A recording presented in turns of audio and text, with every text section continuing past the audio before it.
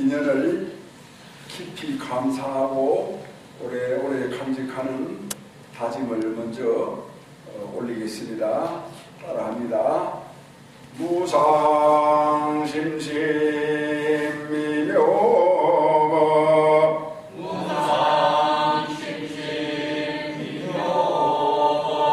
백천만금 난조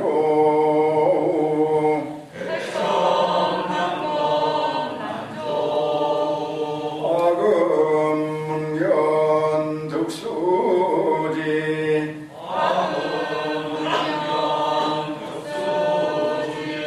원해열의 진실이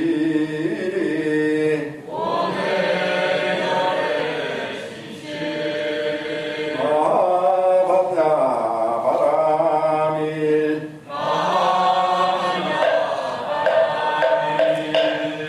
앞에 있는 차대 의식문을 두 손으로 들어주세요. 설법을 듣기 전에 먼저 마음을 깨끗이 하는 참회 의식을 봉행하겠습니다. 지난 동안 지은 바 모두 나는 무실의 탐지로 말미암아서 몸과 말과 뜻으로 지었으리라. 제가 이제 그 모두를 참회합니다. 살생중대 금일참회 구도중대 금일참회 사음중대 금일참회 영어중대 금일참회 여중대 금일참회 양설중대 금일참회 학구중대 금일참회 내중대 금일참회 지내중대 금일참회 시암중대 금일참회 백급 동안 사일에 한 생각에 다해 없으리니 마른 불을 불태우듯 흔적조차 없어라. 죄의 성품 본래 없어 마음 따라 일어나에 마음 없어지면 죄업 또한 사라지니 죄도 마음도 없어 두 가지 모두 공하면 이것을 이름하여 진참해라 한다네. 참회지는 온살가 못자 오지 사다야 사다 온살가 못자 오지 사다야 사다 온살가 못자 오지 사다야 사다. 감사합니다. 다 편안하게 자리해 주세요.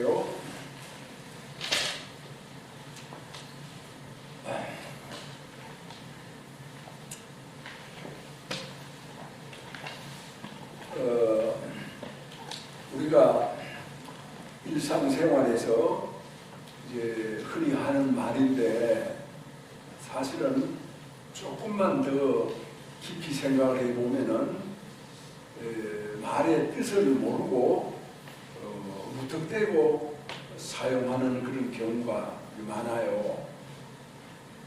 그릇이라고 하면은 물건을 담는 그런 용기가 아니겠어요?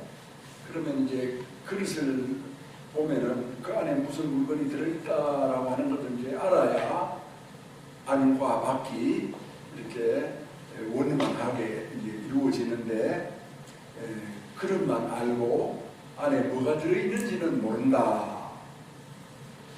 그건 참 우리가 생각을 해보면은 의의가 없는 그런 일이 되겠죠.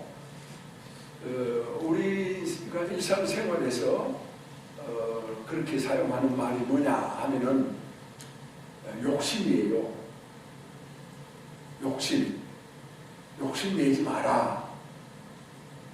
이렇게 이제 말을 쓰는데 그 욕심이 뭐냐? 욕심이 뭐냐? 어떻게 보면 욕심은 없어요. 그래 없는데도 욕심 부리지 마라. 욕심 내지 마라. 그 욕심이라는 말을 늘 이렇게 쓴단 말이죠. 그 욕심이 뭐냐? 그리고 그렇게 생각을 해보면은 그냥 모르고 무턱대고 아무 뜻도 없이 그냥 해보는 말이에요. 욕심이 뭔지를 몰라. 이제 불교에서 보통 이제 세 가지 버려야 될 마음이 있어요.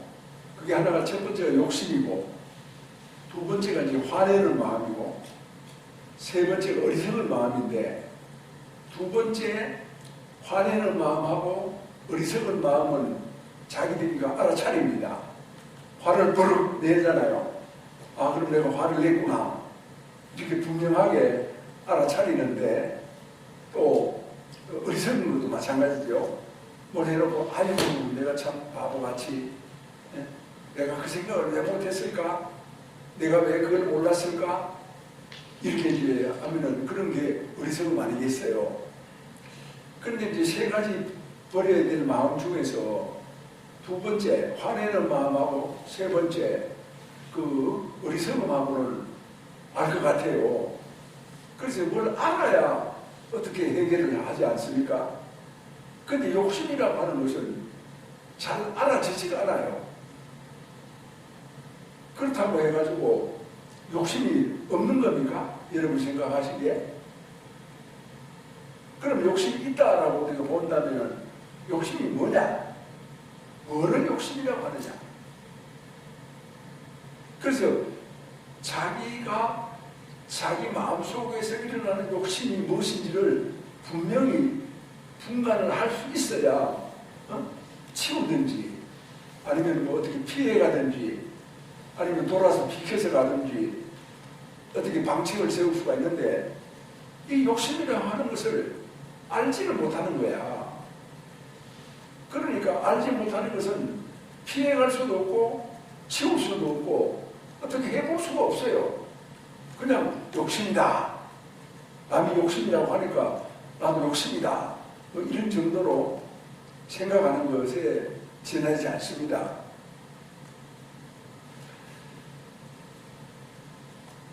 그래서 우리가 이제 욕심이 과연 무엇이길래 이제 부처님께서 우리 중생들에게 가장 경계하고 욕심을 부리서는 안 된다. 폐가 망신한다. 이렇게 이제 말씀하셨느냐. 뭔가 분명히 이제 뜻이 있는 겁니다. 그런데 이제 여기에서 이제 우리가 하나 정리를 하고 넘어가야 될 것은 남의 욕심, 다른 사람이 욕심을 부리는 것은 아주 잘 보여요. 그런데 문제는 자기의 욕심이 안 보인다는 겁니다. 자기의 욕심이 안 보이니까 무엇인지를 몰라. 무엇이 욕심인지를 모르는 거예요. 그래서 이제 자기를 기준으로 해서 우리가 한번 이렇게 내 자신을 살펴본다. 그렇게 이제 생각을 해보자는 거예요. 쉬운 예로 제 경우를 얘기를 비유를 해볼게요. 제가 아는 어떤 스님이 몸이 아픈 거예요. 그래서 그 어디를 수술을 했는데 또 수술한 부위에서 또 다른 전이가 돼가지고 치료가 더 길어진다. 그래 그 말을 들었을 때는 제가 아유 정말 참 고생이 많구나. 어떻게 저 사람을 도와줄까 이 생각을 하고 그래 정말 도와주려고 하면은 참 최소한 스님 내가 스님이 돼가지고 아는 스님끼리 도와주려고 하면은 돈 100만 원이 더 도와줘야 안 되겠나 이렇게 이제 생각을 했단 말이에요. 그래서 이제 100만 원을 도와주기로 이렇게 마음을 냈어요. 그게 첫 마음이에요. 그런데 이제 뭐 집에 돌아와가지고 또 생각을 해보고, 오면서 생각을 해보고, 또 은행에 가면서 생각을 해보고, 또 돈이 없을 경우에는 100만 원이 들어올 때까지 기다려야 되잖아요. 기다릴 때까지 생각을 해보고 이렇게 하다 보니까 야, 이 100만 원이면은 뭣도 하고 또 뭣도 할 수 있고, 그리고 또 좀 주고 이렇게 나누어서 할 수도 있고 또 아껴서 쓸 수도 있고 좋지 않겠느냐, 이런 이제 생각이 자꾸 드는 거예요. 그러니까 나중에는 처음에 냈던 100만 원이라는 돈은 어디로 가버리고 한 20만 원이나 30만 원 정도가 남게 되는 거예요. 그래서 처음에 아이고 아무개 친구 100만 원을 도와줘야 되겠다 이렇게 해놓고는 나중에는 반토막 3분의 1도 안 되게 된 거예요. 뭐 20만 원이면 5분의 1이 되어버렸죠. 그 욕심이 뭐냐, 여기에서 아끼는 마음, 인색한 마음, 망설이는 마음, 자꾸 거기에 대해서 번뇌망상을 일으키는 마음, 100만 원을 도와줘야 되겠다라고 하는 마음이 최초의 마음이에요. 순수한 마음이에요. 때묻지 않는 깨끗하고 진실한 마음이에요. 그런데 그것이 60만 원이 되고 40만 원이 되고 20만 원이 되고 이렇게 할 때까지 20만 원은 때묻은 마음이 되어버렸어요. 인색한 마음이 되어버렸어요. 뭐라고 할까? 순수한 마음, 청정한 마음이 아닌 그런 것이 되어버리지 않습니까? 그러면 뭐가 거기에 붙어가지고 그렇게 되느냐?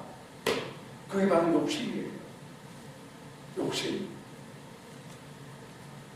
그래서 이제 저 같은 경우에요, 여러분은 안 그러실 거예요.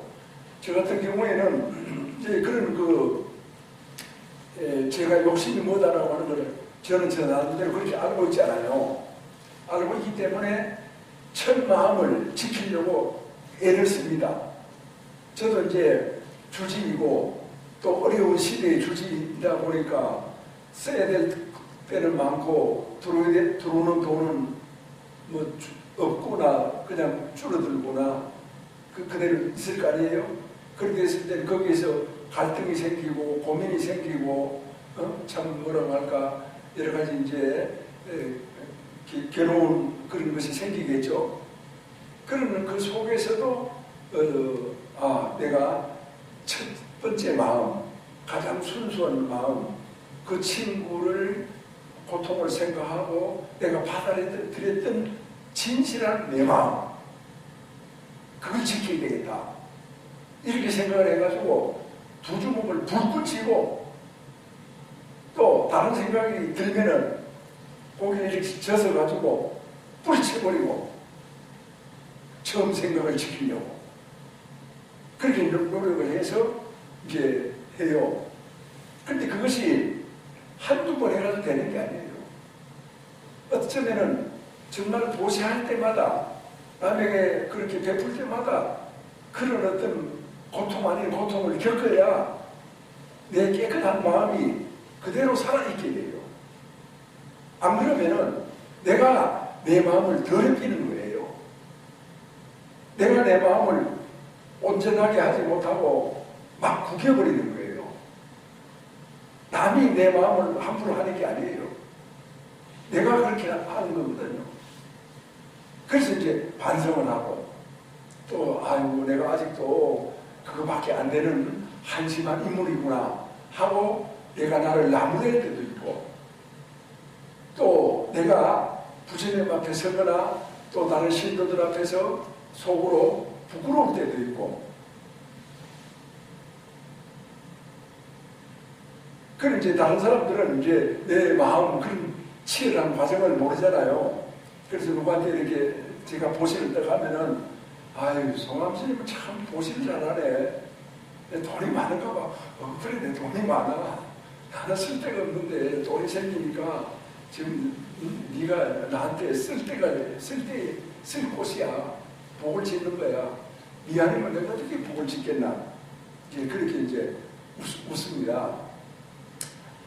자, 이런 어떤 것에 있어가지고 생각을 우리가 가진다라고 하는 것은 이게 또 만만치 않은 일이에요. 뭐 제가 제 자랑하는 것처럼 들립니까 여러분? 그게 아니라 왜 만만치 않은 일이냐? 오랜 세월 동안 그렇게 훈련받아 왔어요. 또 불교를 알고 난 뒤에도 거기에 대해서 전혀 깜깜하게 그냥 지내왔어요. 세속의 생활하고 똑같아요. 절에 들락거리긴 했지만 그런 어떤 두 주먹을 불끈 쥐고 자기와 싸워서 이긴 적이 별로 없어요. 그냥 뭐 불교의 지식이나 알고 얻어들은 것이나 있고 여기저기 가보기나 하고 그런 정도로 이기 때문에 그 한계를 벗어나지 못하거든요. 무슨 한계냐? 과거생부터 불교를 모를 때부터 또 그 전생부터 그렇게 항상 인색한 마음을 자기 마음인 것으로 생각을 하고 살아왔다 이겁니다. 그 인색한 마음, 아끼는 마음은 알고 보면은 자기가 스스로 꾸기고 때묻힌 그런 마음인데 그 마음을 붙들고 지금까지 이렇게 견뎌왔다. 그러면 그 마음을 이겨나기 위해 가지고 떨쳐버리기 위해서 말하자면 번뇌거든요. 번뇌. 망상을 떨쳐버리기 위해서는 어떻게 해야 되느냐? 자기 마음을 자기가 알아야 돼요. 자기 마음을 자기가 아는 게 아니라 다스려야 돼요. 그런 이제 연구를 해야 됩니다. 연구를. 뭘 주십시오라고 이렇게 하는 것을 기도라고 하죠. 뭘 주십시오. 그렇게 뭐 일종의 기도예요.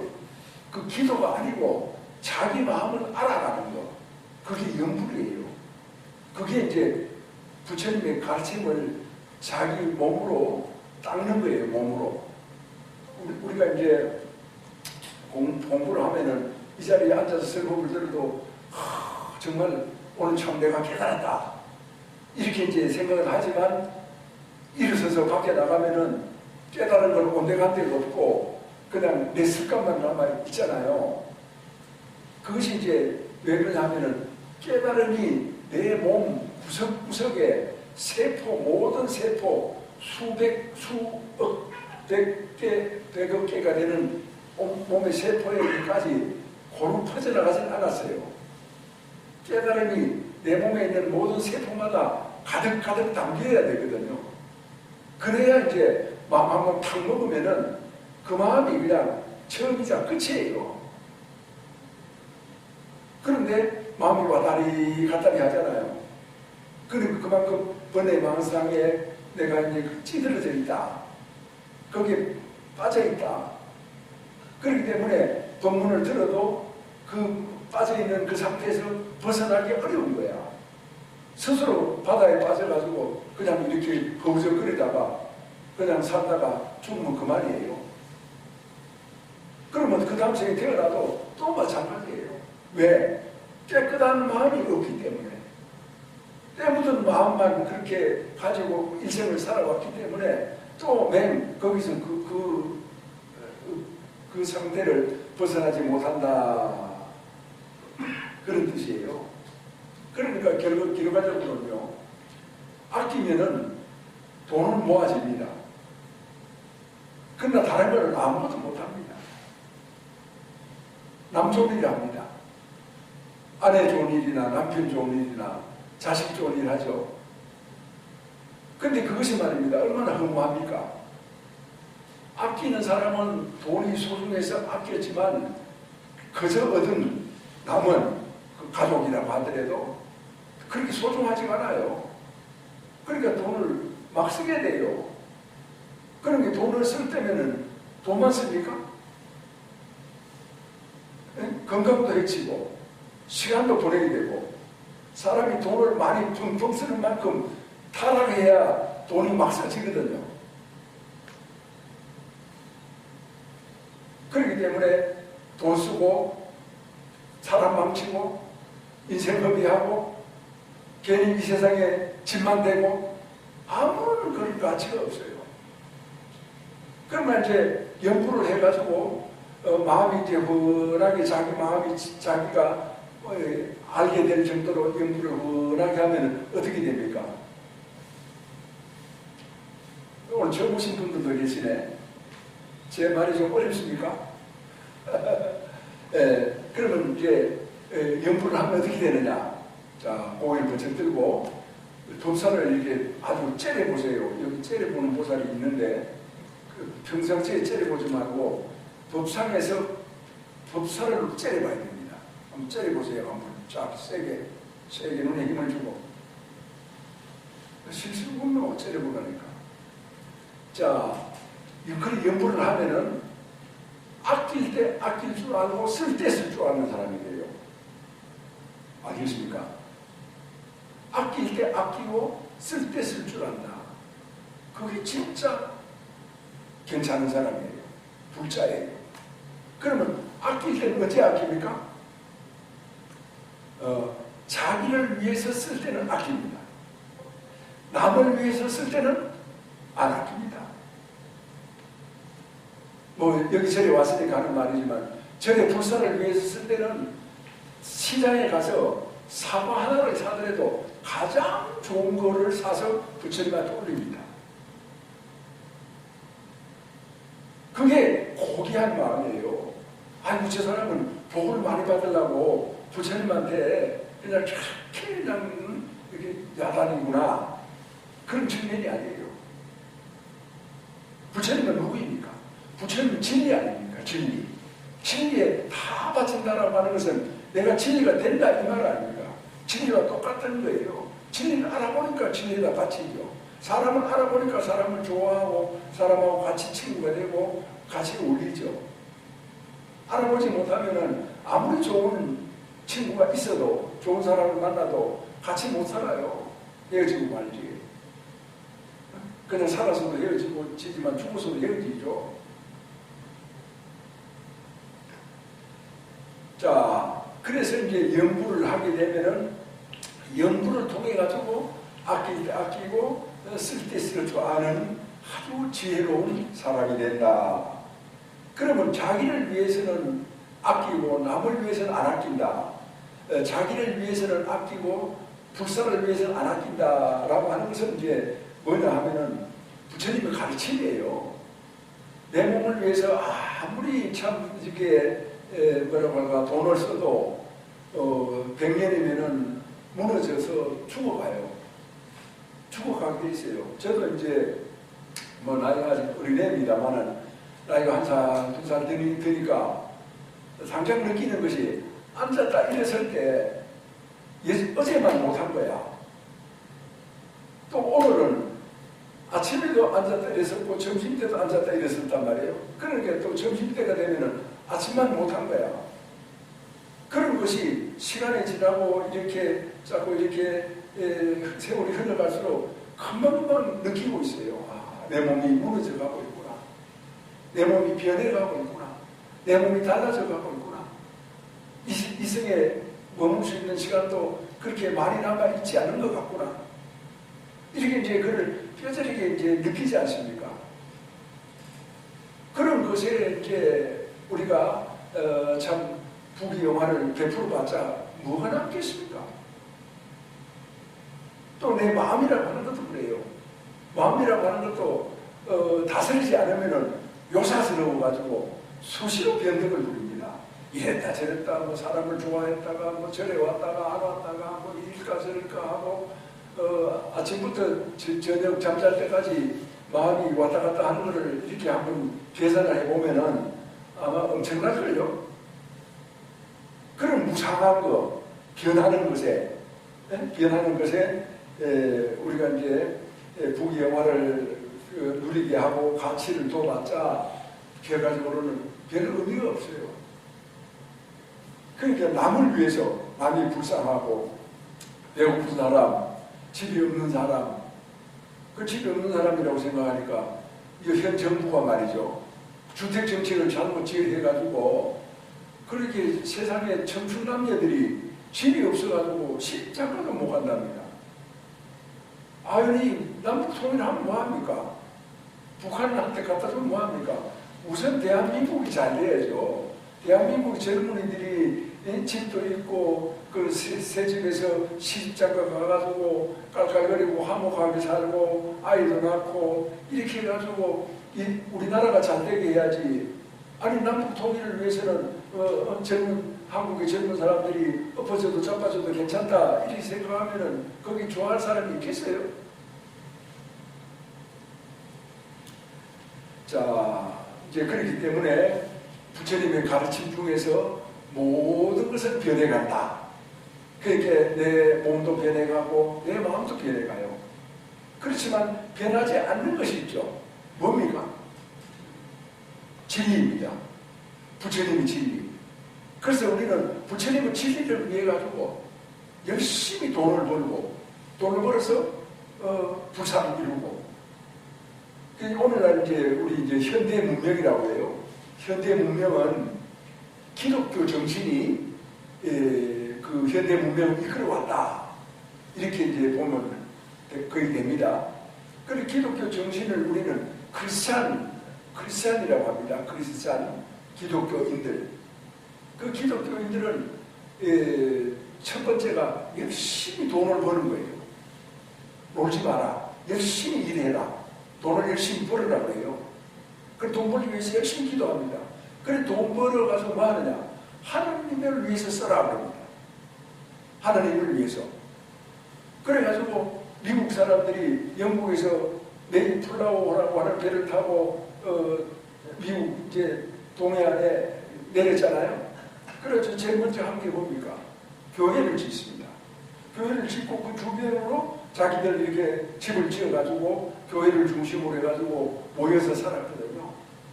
그래서 항상 사람들이 일이 있으면은 교회에 와서 토론하고 교회에 와서 하나님의 뜻을 찾고 하나님에게 묻고 같이 의논하고 이렇게 이제 살아온 거예요.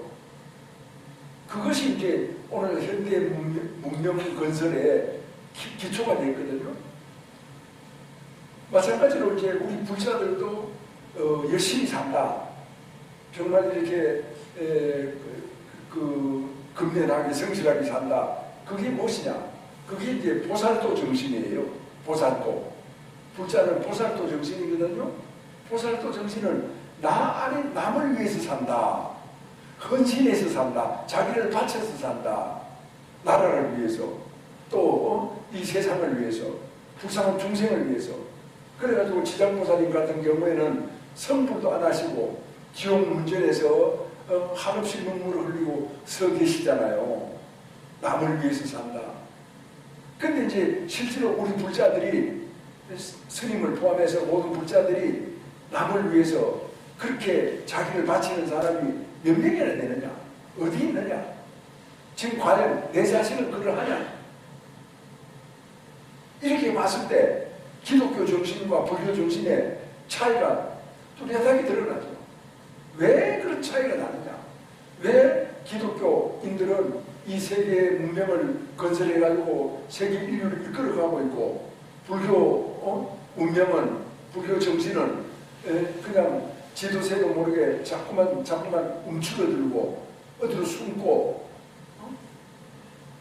좋은 뜻한 바 일이 있을 때는 안 나타나고 이런 어떤 그런 이율배반적인 삶을 살아가느냐라고 하는 것을 오늘 우리는 한번 깊이 이제 생각을 해봐야 됩니다. 그래서 한국부터는 모든 정보가 그냥 미국에 있는 정보도 금방금방 다 들어오는 거예요. 그래가지고 설계 같은 것도 컴퓨터에 다 들어있어요.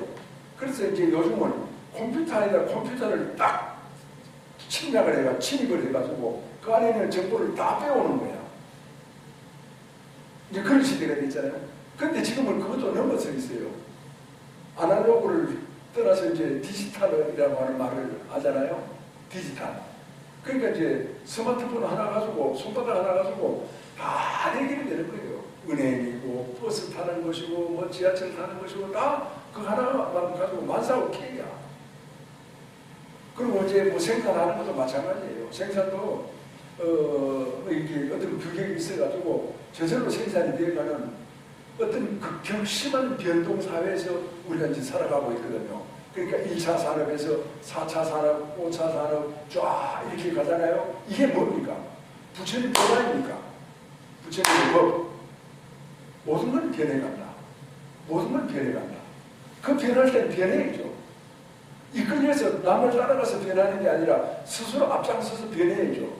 부처님께서 2500년 전에 모든 것은 변해간다라고 말씀하셨잖아요. 애플이라고 하는 그 컴퓨터 회사를 만든 사람이 누군고? 큰 소리 얘기해봐. 잡스. 스티브 잡스. 그 사람이 불자예요. 이 일본에 와가지고,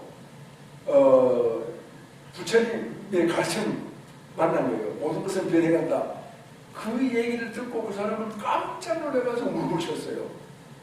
그래가지고 자기 이제 미국으로 돌아가가지고 애플이라고 하는 컴퓨터 회사를 만들어서 그 애플 컴퓨터가 이제 나오게 됐거든요. 지금 세계적인 그런 회사가 되지 않습니까? 그래서 모든 것을 변해간다라고 하는 여기서부터 이렇게 출발된 거예요. 끌려가서 변하는 게 아니라 자기 스스로가 변하는 거예요. 아낄 땐 아끼고 아끼지 않을 땐 안 아낀다. 얼마나 멋있습니까? 자기 뜻대로 하니까. 마지못해서 아버지가 야 임마 아끼라 아들한테 응? 아껴야지 이렇게 하면은 아버지 말씀이니까 아끼는 거지 자기 스스로 내가 왜 아껴야 되느냐 우러나서 아끼는 건 아니잖아요. 아버지의 말씀을 따른다 하더라도 자기 마음속에서 우러나는 것만 못하다. 마음속에 우러나는 게 최고다. 그것이 바로 법이에요. 그것이 바로 불교예요. 불교. 그러니까 불교가 이런 대단한 가르침을 가지고 있기 때문에 오히려 이 시대를 이끌어가야 돼요. 제가 이제 공산주의를 싫어해요. 왜냐하면 사람의 개성을 다 없애버리잖아요. 그러니까 일을 열심히 한 사람이든 비둥비둥 노는 사람이든 다 똑같이 먹고 똑같이 입고 살아라. 그게 뭐가 좋습니까? 열심히 한 사람은 또 머리 좋은 사람은 잘 먹고 잘 살아야죠. 그 대신에 똑같은 인간이기 때문에 베풀어라. 자비를 행하라. 나누어라. 그래 하면은 그 사람이 열심히 해가지고 자비도 베풀고 정말 멋있는 사람이 되는 거예요. 인간 중에 인간이 되는 거예요. 자기 혼자 잘 먹고 잘 사는 사람, 남에게 피해가 안 되는 사람은 보통 사람이에요. 열심히 살아가지고 돈 많이 벌어가지고 베푼단 말이에요. 멋있는 사람이죠. 이런 멋있는 사람을 불교에서는 만들어내려고 하는 겁니다. 그냥 산중에서 무슨 도 따고 가만히 앉아있다 그런 게 아니에요. 불교는 그런 게 아니에요. 자, 그래서 이제 우리는 아낄 때 아끼고 쓸 때 쓴다. 이런 것은 이제 연구를 해봐야 알아요. 연구를 열심히 이제 하다 보면은 거기서 깨닫는 게 있어요. 뭘 깨닫냐? 부처님의 말씀을 깨닫는다. 좀 더 엄밀하게 말하면은 부처님의 말씀을 깨닫는 게 아니고 자기 마음을 깨닫는 거예요. 자기 마음을 자기가 보는 거예요. 자, 수부사님은 누구? 실상아? 네. 실상한 보살이 왔구나. 참, 그래, 반가워요. 실상한 보살이 이제 왔는데, 이제 실상한 보살이 이제 절에 보시를 했어. 보시를 했는데, 딸들이 있죠? 네. 딸들 몰래 살짝 하는 것과 딸들하고 다 알고 하는 것과 어느 것이 공덕이 될 걸까? 같이 하는 거. 그렇지. 예를 들어서 실상한 보살이 돈을 100만 원을 절에 보시한다. 그러니까 아무도 몰래 하는 것보다가 이제 가족들끼리 다 이렇게 의논을 해가지고 이제 100만 원을 보시했어요. 가족들이 다 우리 어머니가 왜 저래 보시한다라고 하는 것을 내 마음에 다 알게 된 거야. 이제 거기 충분히 이해를 했어요. 그럼 가족들이 다 이제 그걸 알았어. 그럼 어떤 효과가 나타날까? 가족이 10명이라고 하면은 실제로 돈은 100만 원을 했지만 그 가족들이 다 100만 원씩 한 1000만 원을 한 것이 되죠. 그렇죠. 모두가 다 공덕을 갖게 돼. 왜 문득을 그렇게 되느냐? 보시는 누가 합니까? 사람의 마음이 하죠. 그죠? 사람의 마음이 하는 겁니다. 우리가 이제 돈이 생기면은 돈을 어디다 넣습니까? 은행에 넣습니다. 우리가 이제 보시를 하면은 그 보시에 한 돈을 어디다 넣습니까? 자기 마음 창고에다 넣습니다. 다른 창고에다 넣는 게 아니에요. 은행의 창고에다 넣는 게 아니에요. 내 마음 창고에다 넣는 거거든요. 그 가족이 10명이면 가족마다 다 마음 창고가 있어. 그 마음 창고에 열어보면은 다 돈이 100만 원씩 들어있는 거예요. 얼마나 대단한 거예요. 정말 놀라운 거예요. 그래서 그 마음 창고에 돈이 들어있었을 때는 흐뭇합니다. 어디를 가도 뭐 비싼 옷을 안 입어도 좋은 자동차를 안 타고 가도 어깨가 딱 펴지고 당당하고 얼굴을 번쩍 들고 이렇게 환하게 빛이 나요. 그러나 돈 많은 사람이 그런 걸 모르고 어디 가면은 누가 와서 인사하면 저 누구야? 나한테 돈 달라고 저러는 거 아니야? 저 돈 뺏으려고 그런 거 아니야? 나 사기치려고 저러는 거 아니야? 이래가지고 이렇게 이제 사람을 쳐다보죠. 얼굴을 찌푸리고 보는 거예요. 얼굴이 훤하질 않아.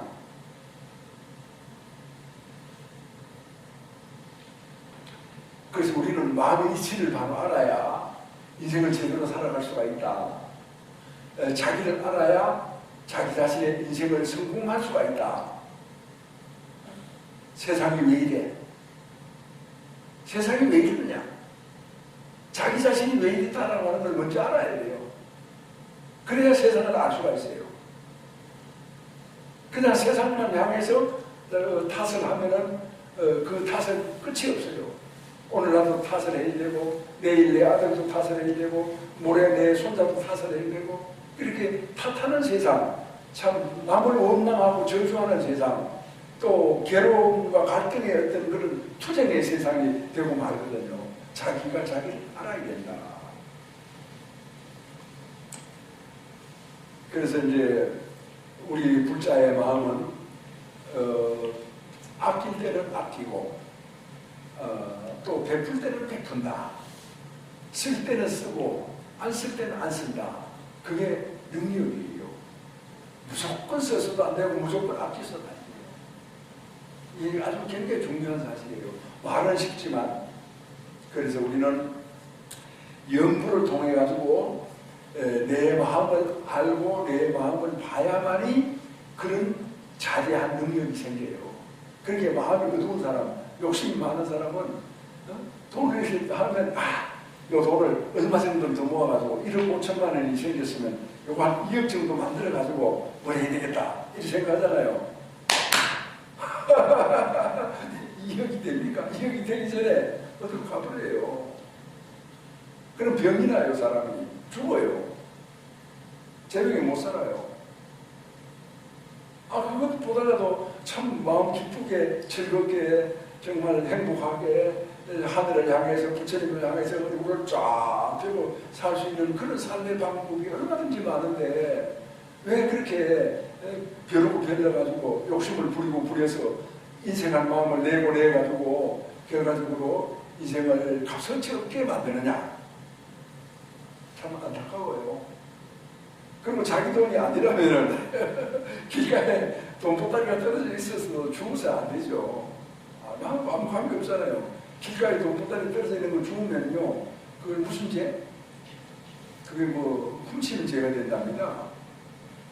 그래서 아예 그들 보지도 말아야 돼요. 그러니까 자기가 정당하게 생각하고 노력해서 돈을 벌어서 정당하게 살아간다라고 하는 것은 돈의 많고 적음을 떠나서 그런 욕심을 떠나서 그 자체로서의 대단한 의미, 곧 진실을 가지고 있다. 이제 우리가 이렇게 이제 생각을 하면 됩니다.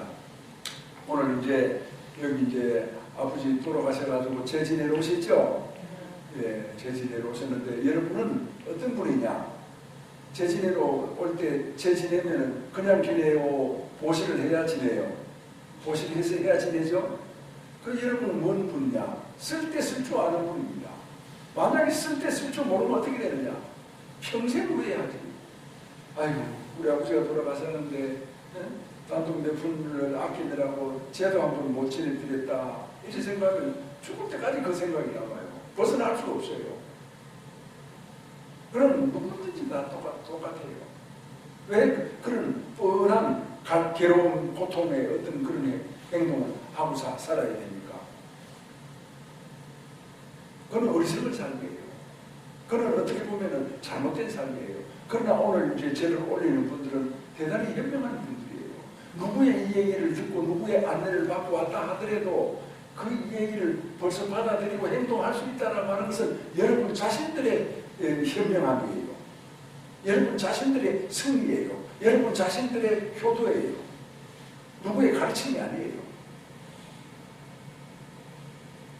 그래서 사람은 사람의 도리가 있다 이래 하지만 진정한 도리는 바로 자기 마음속에 있다라고 하는 것을 알고 늘 이렇게 절에 와서 설법을 듣고 자기가 자기를 잘 살피고 그래서 자기가 자기에 대해서 분별력을 가져야 돼. 지켜야 될 자기 또 버려야 될 자기가 있어요. 그러면 버리려고 자꾸만 노력을 해야 돼요. 끝없이 노력을 해야 돼요. 그래서 끝없이 노력을 하면 끝없이 발전해요. 끝없이 발전하기 때문에 죽는 그 순간까지도 사람이 발전할 수가 있어요. 그래서 어떤 결과가 나타나느냐. 하루라도 이 세상에 더 살아야 된다. 왜? 발전하기 위해서. 마음을 닦기 위해서. 이거 오기 어렵거든요. 요즘은 젊은 총각들이 시집도 안 가니까 성인 부자가 오고 싶어도 올 길이 없는 거야. 그렇다고 강아지로 올 수가 없잖아요. 그러니까 이렇게 한 번 온 이상은 얼마나 그게 소중한 일이에요. 그렇죠? 그러면 90이고 100이고 더 오래 살아야 될 가치가 죽는 그 순간, 숨 떨어지는 그 순간까지도 사람은 발전할 수가 있기 때문에 자기 마음을 돌아보는 것으로서 자기 성장과 성숙이 가능하기 때문에 우리는 이 세상에 더 살아가고 몸이 아프면 병원에 가는 거예요. 아니 스님 건강하셔야 됩니다. 그래 뭘 하려고 건강하노? 뭐 하려고? 오래 살려고? 부귀영화 누리려고? 나 그런 거 별로 관심이 없는데 아 스님이 저게 도를 이렇게 저기 많은 사람들한테 전달하셔야죠. 그래 그건 좋다. 알았다. 그거를 위해서 내가 건강하겠다. 그 건강하다 하는 것이 인사가 된다 하더라도 분명한 어떤 그런 좌표 설정이 돼야 되잖아요. 무조건 건강하다. 그거는 크게 뜻이 없어요. 뭐 건강해서 나쁜 건 없지만 말이죠. 모든 것이 쓰임새가 있잖아요. 그건 내가 살아가는 쓰임새도 건강하게 될 뜻이 있다. 오늘 이제 이렇게 제를 올리는 분들 또 우리 참 훌륭하신 법사님도 오시고 또 김광현 씨도 오셨네. 대장보다는 저기 영령 씨도 오셨네. 맞아요? 아니요? 도경로. 그러세요? 예. 아무튼 오늘 이 자리에 오신 분들은 이렇게 설법을 듣고 또 이렇게 자기 자신을 살펴본다라고 하는 것으로서 굉장히 훌륭한 순간과 훌륭한 일을 하게 되신 거예요. 여러분 합장하시고 울려서 법계를 진동하여 철이산이 밝아지고 잠잠해서 급전 봄소식이 급후에 찬란해라 일시 형상으로 모령산물 떨쳐수니 도솔산이 당당하여 그의 소리 영원하리 다같이 내생명 전인 무량 공덕생명